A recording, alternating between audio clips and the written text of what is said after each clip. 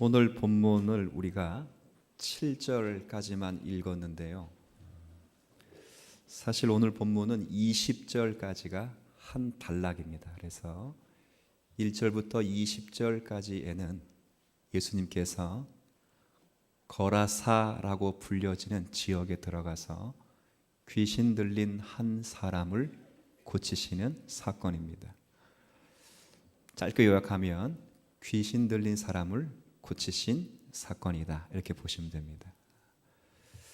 귀신 들린 사람을 고치신다, 그러니까 이제 성경을 읽는 분들이나 또 설교를 듣는 분들이 참 흥미진진하겠다, 귀신을 쫓아낸 일이니까 재밌겠다.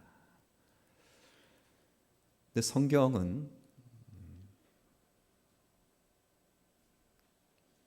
본문을 해석하도록 주변에서 시선을 주는 게 미묘한 특징입니다. 무슨 말씀이냐면 복음서는 총 4권이 있습니다. 한번 해볼까요? 시작.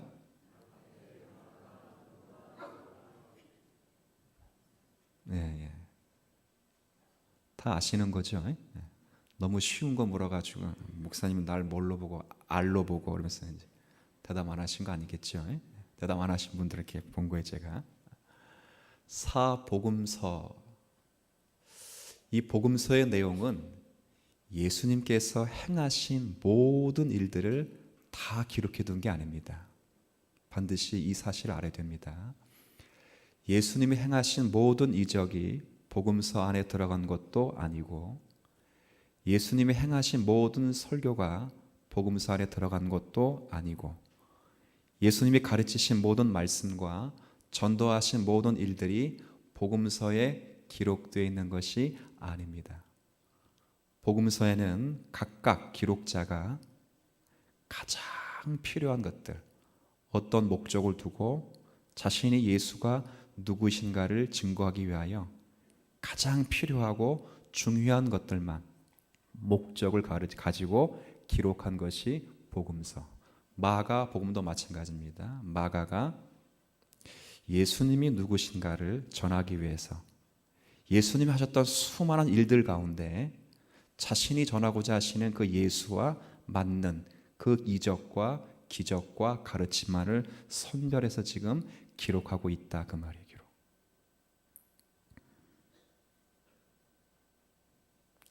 그래서 성경 하나를 딱 읽을 때 귀신 들린 사람을 고쳤다 그러니까 지금도 귀신 들린 사람을 고치자, 이런 결론을 내서는 안 되고, 마가가 1장부터 예수가 누구신가를 설명하는 차원에서 이 본문을 이해해야 한다, 그 말입니다.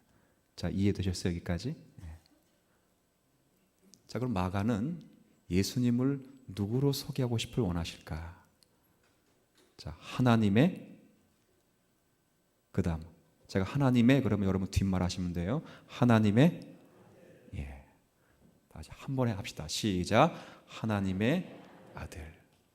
마가복음을 읽어보면 말이 제일 많이 반복되어 있습니다.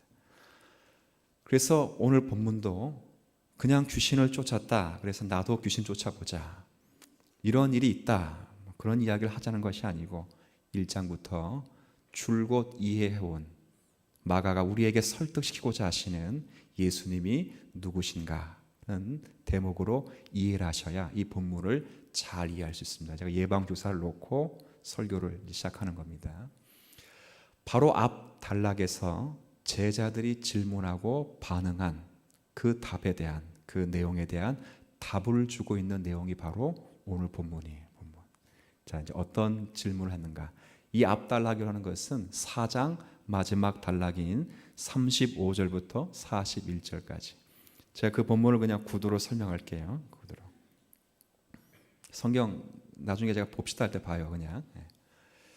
예수님께서 제자들과 배를 타고 갈릴리 바다를 지나가시는데 마침 큰 풍랑이 일어나서 배가 요동을 치고 전복할 위기에 있습니다. 제자들은 난리가 났죠. 살아야 되니까 난리가 났어요. 배에 있는 짐을 다 밖으로 던지고 어떻게든 간에 살기 위해서 배 안으로 들어온 물을 퍼나드나 정신이 없지요. 난리법석. 그런데 그 유독 그 큰 배 가운데 딱 한 사람만 태평스럽게 잠을 자고 계시는 사람이 있다 그 말입니다. 자, 그 사람이 바로 누구라고요? 예수. 그것도 배 한켠에서, 제가 성경 읽을 때마다 재밌는 건 배 한켠에서 베개까지 베고 주무시고 계시는 예수. 제자들이 예수를 깨우는 겁니다. 자, 깨울 때 왜 깨우는지 잘 보세요. 그분에게 신적 은혜를 구하기 위해 깨우는 게 아니고 한심스럽다 깨우는, 한심스럽다. 여보시오, 당신이 선생이라면 지금 이 상황에 잠이 오십니까? 지금 살기 위해서 모든 짐을 다 배 밖으로 던지고 배 안에 들어온 물을 다 퍼날리고 있는데 당신이 그러고도 사람입니까? 잠이 오십니까? 제자들은 이렇게 힘들어 애를 쓰고 있는데 당신이 스승이라면 와서 손이라도 하나 덜어야죠. 당신이 그러고도 스승입니까? 자, 제가 물어볼게요. 예수를 꾸중하는 겁니까? 은혜를 구하는 겁니까? 예수님이 그때 제자들의 믿음을 탓하신 그 다음에 바다를 가리켜 바람을 잔잔하라 명령하시고 바다가 깨끗하게, 배가 전복될 그 위험에서 바람과 파도가 잔잔해져서 배가 평온히 있는 거예요. 평온히. 이때 제자들이 어떤 마음을 가졌는가? 41절 한번 보시죠. 41절. 자, 한번 같이 읽겠습니다. 시작.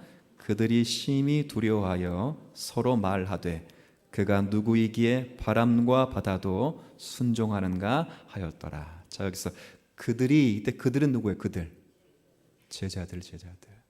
제자들이 신적 경외감을 느끼고 두려워해서 서로 말하되, 자기네끼리 말하되, 그 다음 그가 누구이기에 묻는 거예요. 그가 누구인가?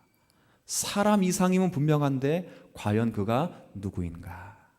그럴 때 오늘 본문은 그 당시 유대인들도 갖지 못한 그 지식, 그리고 더 가까이는 제자들도 깨닫지 못했던 예수님의 신분에 대해서 귀신의 입을 빌려 예수님이 누구신가를 증거하시는 본문이 바로 오늘의 본문이라 그 말이에요.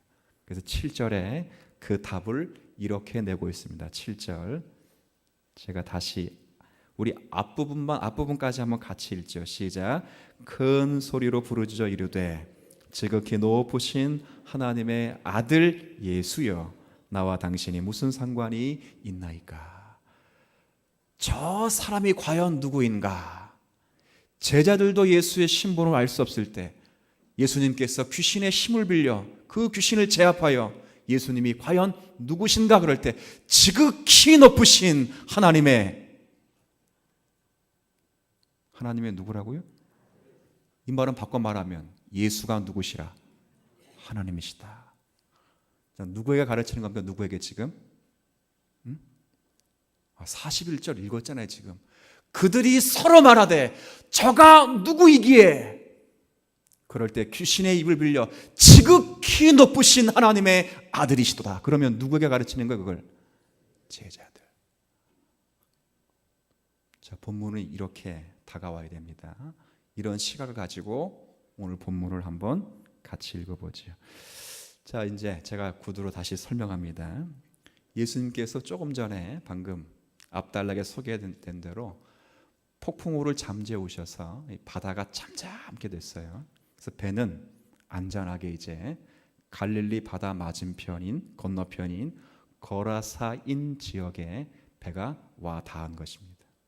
근데 그때 때마침 무덤에서 한 사람이 나오는데 그 사람이 뭐 들린 사람이라고요? 귀신 들렸다. 근데 이제 사실 엄밀히 말하자면 어떤 의미에서는 믿지 않는 모든 사람들은 다 마귀의 영향 아래 있는 것이 맞습니다. 맞아요, 틀려요?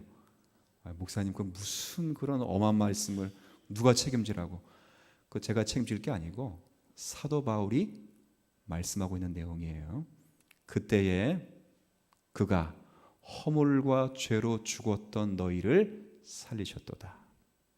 그때에는 너희들이 그 가운데 행하며, 죽었던 가운데 행하며, 첫 번째 세상의 풍조를 따르고, 두 번째 세상의 권력 잡은 불순종하는 아들인 마귀의 권세를 따랐다. 그래도 있기 때문에 사실은 엄밀하게 말하면 모든 믿지 않는 자들이 다 사실은 누구 영향 아래 있다? 마귀의 영향 아래 있는 것이 맞습니다. 그럼에도 불구하고 성경에서는 귀신이 들렸다, 귀신의 지배를 받는다 그럴 때는 특별한 의미를 가지고 있어요. 특별한. 이것은 어떤 의미를 가지고 있냐면, 귀신이 그 사람을 완전히 사로잡아서 자신이 통제할 수 없을 때, 그리고 귀신의 의지대로 자신의 의지가 전복될 때, 그리고 재미있는 것은 자신도 귀신의 의지에 따라서 행동한다는 것을 본인이 모를 때, 이것이 귀신의 지배 아래 있다. 성경은 특별하게 그런 경우에 쓰는 거예요. 근데 이 사람이 얼마나 자기 통제가 불능하냐면, 한번 3절 4절 한번 보시죠. 3절 4절 제가 한번 이제 읽어드릴게요. 한번 보십시오. 3절 4절에 보면, 그 사람은 이 귀신 들린 사람입니다. 무덤 사이에 거처 하는데, 이제 집은 무덤이에요. 그 사람이 이제는 아무도 그를 쇠사슬로도 맬 수 없게 되었다. 이게 쇠고랑으로 쇠사슬을 꽝꽝 묶어도, 어느 누구도 그걸 묶어도 그 쇠사슬을, 4절 보세요. 4절, 이는 여러 번 고랑과 쇠사슬에 매었어도 쇠사슬을 끊고 고랑을 깨뜨렸습니다. 그리하여 아무도 그를 제어할 뭐가 없어요? 힘이 엄청 세죠. 쇠사슬로 묶어놨다고. 그런데도 귀신의 세력이지요. 근데 저는 안타까운 게 3절에 보면 이제는 가족들이 하도 안 되다가 이제는 쇠사슬에도 묶이지 않는 상태가 되었다, 그 말이에요. 이 귀신의 힘이 얼마나 센지 한번 보세요. 자, 13절에 보면 이 귀신의 힘이 참 셉니다. 제가 한번 읽어드릴게요. 허락하신데 더러운 귀신들이 나와서 돼지에게로 들어가매. 자, 한번 같이 읽습니다. 거의 2,000마리 되는 때가 바다를 향하여 비탈로 내리다라 바다에서 몰사하거늘. 그 귀신의 힘이 얼마나 셉니까? 2,000마리나 되는 돼지를 격동시켜서 바닷물에 빠뜨릴 수 있는 힘을 가지고 있다, 그 말이에요. 저는 어릴 때 성경 읽으면서 왜 하필이면 돼지떼인가, 그죠? 그리고 또 왜 하필이면 이렇게 맛있고 영양가 많은 이 돼지를 다 불쌍하게 물에 빠뜨리는가, 이런 거 연구하고 그러면 성경에서 뜻이 어긋난 것이고, 그리고 오늘 본문을 잘 몰라요. 예수님이 그렇게 하신 이유는 귀신이 힘이 없다, 힘이 있다. 힘이 있다는 것을 누구에게, 아까 제가 분명히 얘기해서 누구에게 보이신다고요? 제자들에게 보이시기 위해서. 그러나 그 귀신의 영향도 주의 말씀 한마디면 무력화될 수밖에 없다는 걸 누구에게 보이시기 위하여? 반복돼서 나오는 표현이 제자입니다. 제자 앞으로. 주님이 일부러 그렇게 하신 거예요. 목사님 주님 너무하셨다, 이런 차원으로 이해하시면 평생 가도 이해 못하고, 그만큼 귀신의 세력이 크다. 9절에는 군대라 그렇게 되어 있어요. 자, 그런데 통제가 불능할 힘을 갖고 있을 뿐 아니라 5절에 보니까 이제 자기 몸까지 해야 한다 그랬어. 5절, 밤낮 무덤 사이에서나 산에서나 늘 소리 지르며 돌로 자기의 몸을 뭐하고요? 해치고. 남을 해하게 할 뿐 아니라 자기의 몸을 해치는 그런 존재. 자, 그리고 15절, 나중에 이제 깨끗이 고침받고 나면 동네 사람들의 반응을 이렇게 보이는데, 15절에 예수께 이르러 그 귀신 들렸던 자, 곧 군대에 귀신 집혔던 자가 뭘 입고 다녔어요? 자, 그 말은 바꿔 말하면 귀신 들렸을 때는 뭘 안 입고 다녔습니까? 옷을 안 입고, 그리고 무덤을가에 독립되고 더불어 사는 삶이 불가능한 그리고 함께 공동체를 이룰 수 없는 그런 환경을 갖고 산 거죠. 그런데 바로 그 귀신이 예수에게 뭐라 말하는가? 7절 제가 다시 한번 읽어드립니다. 7절에 큰 소리로 부르짖어 이르되 지극히 높으신 하나님의 아들 예수여, 당신이 나와 무슨 상관이 있습니까? 원하건대 하나님 앞에 맹세하고 나를 괴롭히지 마옵소서. 자, 근데 이 말을 왜 했는가? 8절 보세요. 이는 예수께서 이미 그에게 이르시기를 더러운 귀신아 그 사람에게서 나오라 하셨습니다. 자, 이 말씀 언제 했습니까? 우리가 한 절도 안 빼놓고 다 읽었는데 언제 했는지는 기록되어 있지 않았지만 예수님이 바로 그 귀신 들린 그 사람에게서 명령하시기를 귀신아 나오라 명령하시니 그 귀신 들린 자가 나와서 지극히 높으신 하나님의 아들 예수여, 당신이 나와 무슨 상관이 있나이까? 이런 고백을 하게 되는 거죠. 이게 왜 중요하냐면 정리를 이제 해야 됩니다. 조금 전에 1장부터 언급되는 마가의 기록 방식이기도 하지만 바로 앞단락에서 제자들이 그 큰 이적을 보고 저 사람이 누구인가 막연하게 그 예수가 사람보다는 높다는 것을 감지하고 있었던 그런 터입니다. 그러나 그저 사람 이상인 분이시라고 짐작하였던 그 예수님이 이제 귀신의 입을 빌어 예수님의 신분이 여기에서는 매우 구체적으로 하나님의 아들이라는 신분으로 밝혀지고 있는 사건이죠. 바로 그가 하나님의 아들 예수시다. 바로 내가 하나님이시다. 너희들이 마땅히 고백하고 너희들이 마땅히 주 예수 그리스도를 받아들여야 될 그 예수 하나님의 아들이 바로 나인 것이다. 너희들이 두려워하고 떨고 있는 우주 만물, 그 역사를 주관하시고 그 역사를 창출해내시는 분이 바로 나다라고 명령하시는 거죠. 그리고 세상의 바람과 바다를 잔잔케 하시는 그 다스림의 영역이 오늘 본문의 말씀에 이르게 되면 그 명령과 다스림이 어디까지 이어지게 되는가? 그럴 때 눈에 보이는 세계뿐 아니라 눈에 보이지 않는 영적인 세계요 신비 세계인 귀신까지라도 악령까지라도 다스릴 수 있는 분, 그분이 바로 하나님의 아들 예수이심을 오늘 본문이 말씀하고 있는 내용이지요. 제가 더 강조하는 것은 귀신이 힘이 없다 이렇게 생각하지 마십시오. 귀신의 정체는 군대입니다. 군대. 그리고 돼지 2,000마리를 한꺼번에 물에 빠뜨려 죽일 수 있는 그런 힘을 가지고 있는 그런 사람이죠. 그러나 그런 귀신일지라도 예수님께서 너에게서 그 귀신이 떠나가라 라고 말씀하실 때 그 명령 한마디로 악한 영을 쫓아내실 수 있는 그분이 바로 하나님의 아들이시다. 이것을 보여주는 거죠. 그래서 바로 앞단락에서는 예수님께서 보이는 세계를 다스리시는 분, 그리고 오늘 본문의 말씀에서는 보이지 않는, 눈에 보이지 않는 영적 세계까지도 다스리시는 분이시다. 그걸 이야기하고 싶은 내용인 것입니다.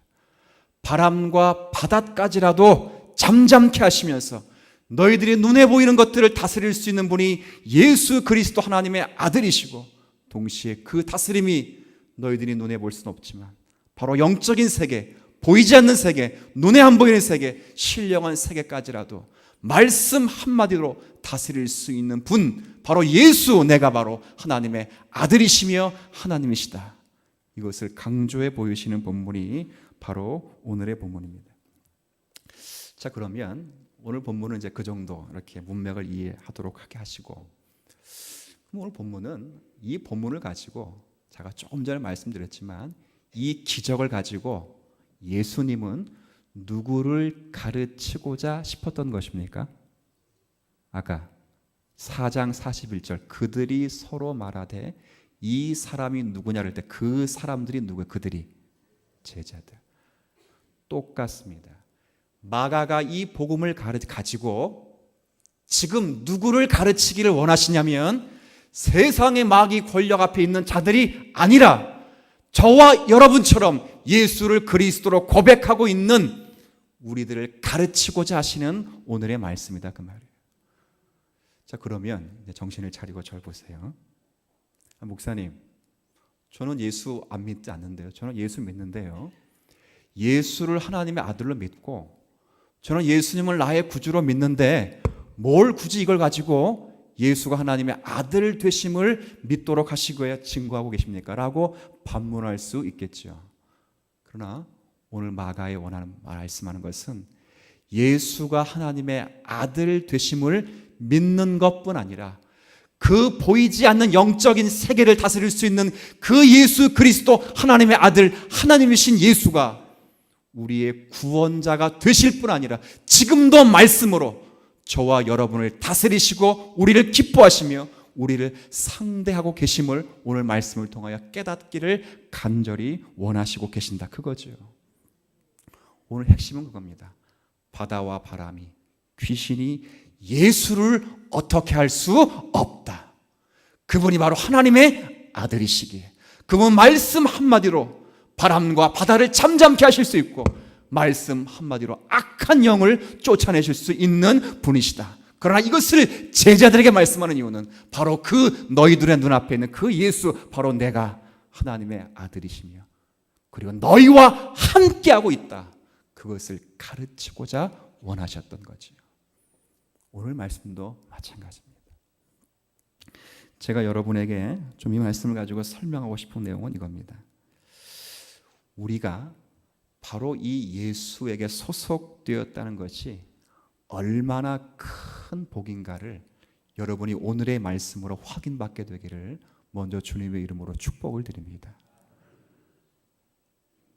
바람과 바다가 잠잠해지거나 귀신이 떨어지는 역사의 권세를 우리가 사모하는 것이 아니라 그 권세를 가지신 분이 나의 구주이시고 내 안에 계시고 내가 그분 안에 계신다는 것 자체로 만족되기를 지금 제자들이 가르치고 계신다 그 말입니다. 수없이 죽은 자를 살리고 수없이 병든 자를 고치고 수없이 율법을, 그리고 지금 바람과 바다를 꾸짖고 계시는데도, 지금 귀신을 쫓아내고 계시는데도 너희가 나를 모르고 있으니 이 병신들아, 깨닫게 하는 거지. 여러분이 아니라 제자들을. 그리고 말하죠. 내가 이 일을 왜 하느냐? 너희들 보고 흉내내라고 하는 것이 아니라, 그거 바라라고 하는 것이 아니라, 그 예수가 너를 지금 상대하고 있다. 내 안에 있고 너희들이 내 안에 있다.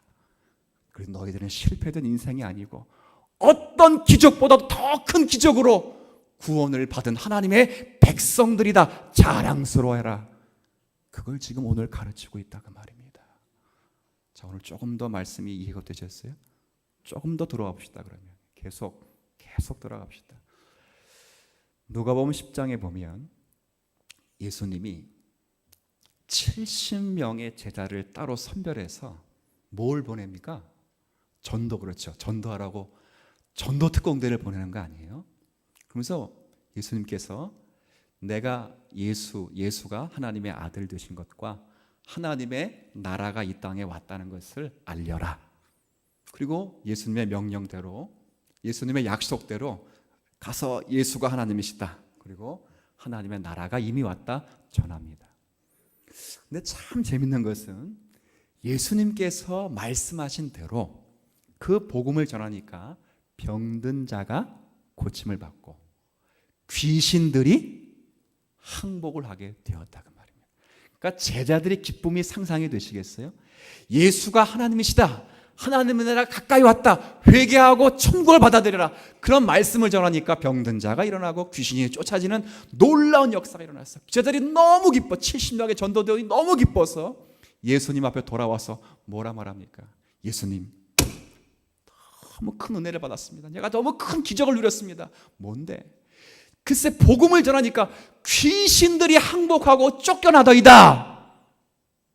그 기쁨을 이해되시겠죠? 주님 뭐라 말씀하십니까? 그거 내가 이미 다 봤다. 이 바보야. 귀신이 항복하는 것으로 기뻐하지 말고 너희들의 이름이 하늘에 기록된 것으로 기뻐하라.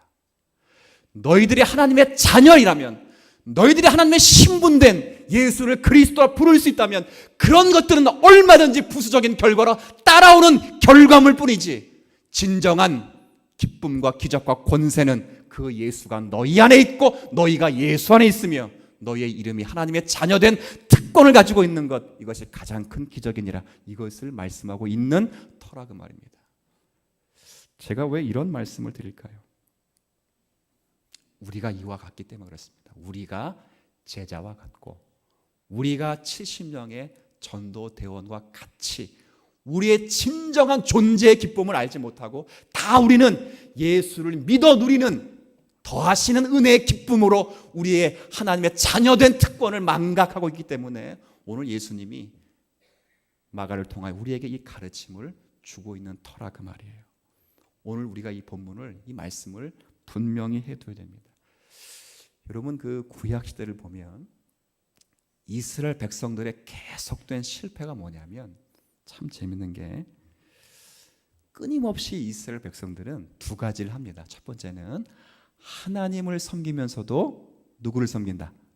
우상을 섬긴다 하는 것과, 두 번째는 똑같은 내용인데 말을 바꿔볼게요. 하나님을 섬기는데 누구처럼 섬긴다? 이게 이해가 되시죠? 이게 구약 이스라엘 백성들의 가장 큰 실패입니다. 다시요. 구약의 이스라엘 백성들의 하나밖에 없는 실패는 하나님을 섬기면서 동시에 우상을 섬긴다는 것과, 또 하나의 실패는 하나님을 섬기긴 섬기는데 누구처럼 섬긴다. 자, 이게 이해가 되십니까? 이게 이스라엘 백성들의 실패입니다. 우리로서는 이해가 되지 않죠. 왜 이해가 되지 않습니까? 이스라엘 백성들이 애굽을 출애굽하면서 10가지 기적적인 재앙을 봤어요. 그들이 생명이라 불려지는 나일강을 온통 피로 물들이는, 생명을 끊어내는 기적을 그들이 눈으로 봤다고요. 한번 생각해 보시죠. 한강이, 여러분이 눈으로 볼 때 한강이 갑자기 피바다로 변했다면 아마 난리가 났을 거예요. 난리가. 그걸 봤다고요. 그리고 저 하늘의 빛이라고는 신락까지도 없도록 모든 빛을 차단하는 재앙에 가까운 재앙인 또 흑암의 재앙도 보았죠. 마지막 10번째 재앙은 뭐예요? 모든 생명 있는 것 가운데 가장 첫 번째 생명을 사람이든 짐승이든 모두가 다 죽여버리는 그런 재앙을 받았지요. 그걸 다 봤습니다. 목도했습니다. 그리고 출애굽하여 홍해 바다를 마른 땅 건너듯이 건넜고, 광야 생활하는 동안에 반석에서 나오는 물을 마시고 만나를 먹으며 구름 기둥과 불 기둥의 인도함을 받았지요. 그리고 가나안 땅에 들어가기 위해서 직전에 요단강을 또한 마른 땅같이 건너시고, 그 난공불락의 여리고성 칼 한 번 뽑지 않고 피 한 방울 내지 않고 7바퀴 돌아 그 여리고성을 무너뜨리고 가나안 땅을 점령했습니다. 그런데도 그들이 다 하나님을 섬기면서 동시에 우상을 섬기고 하나님을 섬기는 것 자체를 우상처럼 섬기는 죄를 지었죠. 무엇 때문에 그러냐 그 말입니다. 오늘 본문의 말씀처럼 하나님을 믿는다고 하는 것이 얼마나 복된 인생인가를 망각했기 때문에 그런 것이다 그 말이에요. 여러분 어떻습니까? 우리는 어때요? 좀 쉽게 설명하죠. 저와 여러분 좀 어떻습니까? 하나님의 아들 되고 예수 그리스도를 구주로 믿는 것, 하나님이 나의 구주이심이 하나님이 내 편이라는 것으로 마음이 놓이시고 안정이 되십니까? 아니면 하나님이 내 아버지가 되시고 예수가 내 주님이 되셨기 때문에 내게 건강을 주고 내게 돈을 주고 내게 지위를 주어야 내가 만족이 되실 거냐 그 말입니다. 오늘 그것을 저와 여러분에게 묻고 싶은 거죠. 예수님이 오셔서 사실 하신 일이 뭐냐 할 때 여러분 잘 기억하십시오. 병든 자를 고치시고 귀신을 쫓아내시고 바다를 잠잠하게 하러 오신 분이 사실 아닙니다. 여러분 명심하셔야 될 것은 그러한 것들은 다 하나님께서 특별히 하실 필요가 없는 일입니다.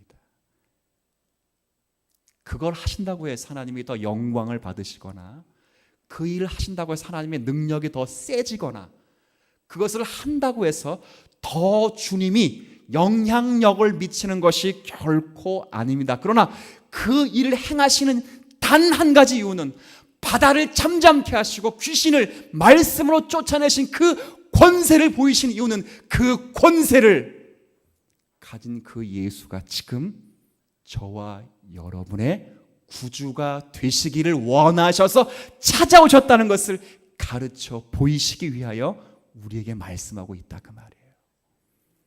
이게 우리가 믿는 차원입니다. 제가 이번 복음서 읽으면서요, 참 놀라운 은혜를 하나 생각한 게 뭐냐면, 이 은혜는 참 너무 아주 그냥 단순하고 너무 웃긴 겁니다. 근데 이게 지식적으로는 수없이 많이 고백되었지만 제 가슴으로 감사의 철저한 전 인격의 감사가 나오기까지는 꽤 오래 걸렸습니다. 이 복음서를 이번에 읽으면서 뭘 느꼈냐면, 보십시오. 많은 그 당시 신약시대 예수 앞에서 많은 사람들이 예수를 직접 보았습니다. 그리고 그 예수를 직접 만졌습니다. 그 예수님의 가르침을 직접 들었습니다. 그 예수님이 귀신을 쫓고 바다를 잠잠케 하시고 그리고 죽은 자를 살리시고 병든 자를 고치시는 것, 이적을 직접 눈으로 보았습니다. 근데 진짜 기적은 뭡니까? 진짜 기적은 그 많은 기적을 베풀었는데도 다 그 이적과 기적을 본 사람, 그 말씀과 가르침을 받은 모든 사람이 다 예수를 믿지는 않았다는 말입니다. 누구만 믿었습니까? 누구만?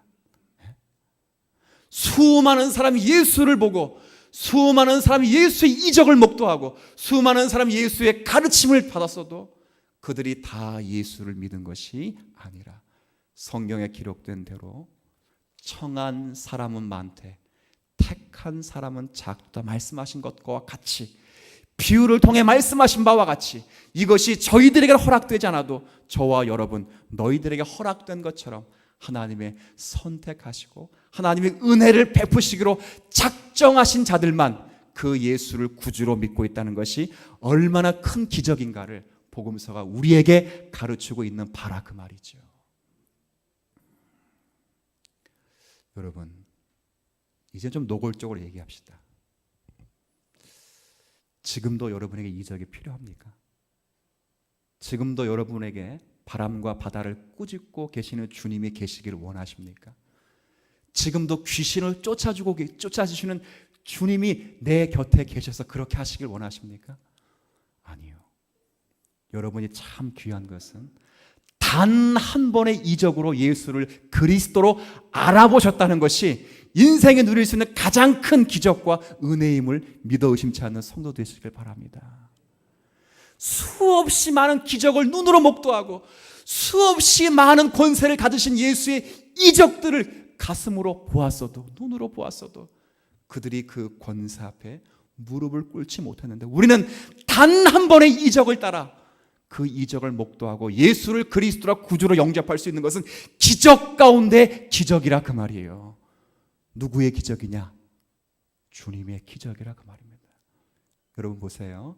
영접하는 자, 곧 그 이름을 믿는 자들에게는 하나님의 자녀가 되는, 그 다음 뭐예요? 권세랍니다. 바다와 바람을 꾸짖는 권세보다 훨씬 큰 권세, 귀신을 말씀으로 제압하시는 그 권세보다 훨씬 큰 권세, 죽은 자를 살리시는 그 권세보다 훨씬 큰 권세, 여러분에게 돈을 주고 여러분의 건강을 주고 여러분의 치유를 주실 수 있는 그 권세보다 더 큰 권세, 그 그리스도를 예수로 영접할 수 있는 그 권세를 여러분 이미 받으셨지요. 뭐가 겁날 것이 있겠습니까? 어떤 권세가 더 필요하시겠습니까? 뭘 더 뒤집어 쓰고 보셔야 예수를 주로 고백하시겠습니까? 얼마나 많은 은사와 얼마나 많은 혜택을 누리셔야 내가 예수와 함께 하고 있다는 감사하고 행복한 것이 되겠습니까? 아니라고요. 이미 여러분은 충분한 은혜의 자리에 슬픔과 비극이 없는, 더 이상은 좌절과 낭망이 없는, 그러나 가난한 그런 자로 부름받았다는 것을 오늘 이 말씀이 우리에게 가르치고자 하고 싶어 하신다 그 말입니다. 이 땅의 성도들이 살아가면서요, 참 어려운 일이 많습니다. 힘든 일이 많고 괴로운 일들이 많을 수 있습니다. 근데 제가 오늘 여러분에 권면드리고 싶은 것은 언제 어디서나 그 괴롭고 슬픔이 있을지라도 여러분이 하나님에게 아신 바 되고 여러분이 하나님의 자녀 되고 여러분이 하나님을 아버지로 주님으로 부를 수 있는 한 여러분 언제 어디서나 승리자이며 여러분 언제 어디서나 은혜의 자리를 누리는 성도임을 확인하시길 바랍니다. 주님 뭐라 말씀하셨어요? 너희가 세상에서는 환난을 당하나 안 당한다고 말하지 마십시오. 환난을 당하나. 그 다음 뭐라 말씀하십니까? 담대하라며. 담대. 이게 가능한 일입니까? 쪼라하지 말랍니다. 더 큰 권세를 기대하지 말랍니다. 위축되지 말랍니다. 왜? 내가 세상을 이기었기 때문에. 예수가 이미 이기신 그 싸움 앞에 모든 권세를 가지시고 그 권세로 우리 안에 계시기 때문에 그 가장 큰 권세로 예수를 주로 고백할 수 있는 우리의 인생에게는 실패가 없다는 것 오늘 말씀으로 확인받으셔서 여러분 한 주간 동안 살면서 아니 주님 오시는 그날까지 여러분이 그리스도를 여러분이 예수를 하나님의 아들이요 주님으로 부를 수 있는 가장 큰 이적과 권세를 자랑스럽게 여기며 주님을 닮아가는 주님으로 채워가는 성도 되시기를 주님의 이름으로 부탁을 드립니다. 하나님 아버지, 수없이 목도한 제자들이지만 예수님이 누구신가에 대한 고백이 없습니다. 그때 예수님께서는 사람이 그 고백을 내지 못하면 귀신까지라도 동원하여 그 고백을 내시기를 기뻐하시는 예수님의 잔잔하신 은혜를 확인해 보았습니다. 이제 의 권세와 능력을 가지신 예수께서 우리를 상대하고 계시고 그분이 우리의 구주가 되시며 우리의 주님이 되신 한 우리의 인생은 실패와 좌절이 없는 인생임을 기억하게 하시고 언제 어디서나 예수를 나의 주님, 나의 하나님으로 고백할 수 있는 성도는 이미 승리된 성도의 결과를 누리고 있는 그런 성도의 삶을 배우게 하여 주옵소서. 특별히 하나님만이 나의 상이요 방패됨을 누리며 살고 언제나 그 예수께서 통치자 되시고 우리의 구원자 되시며 역사의 마지막까지 승리자 되심을 기억하여 나와 함께하는 예수님이 우리의 각자의 인생에 마지막 승리를 주실 것을 믿으면서 주님이 정하시고 원하시는 내용으로 채워가는 일에 순종할 수 있는 우리 모두 되게 하여 주옵소서. 예수님의 이름으로 기도 올립니다.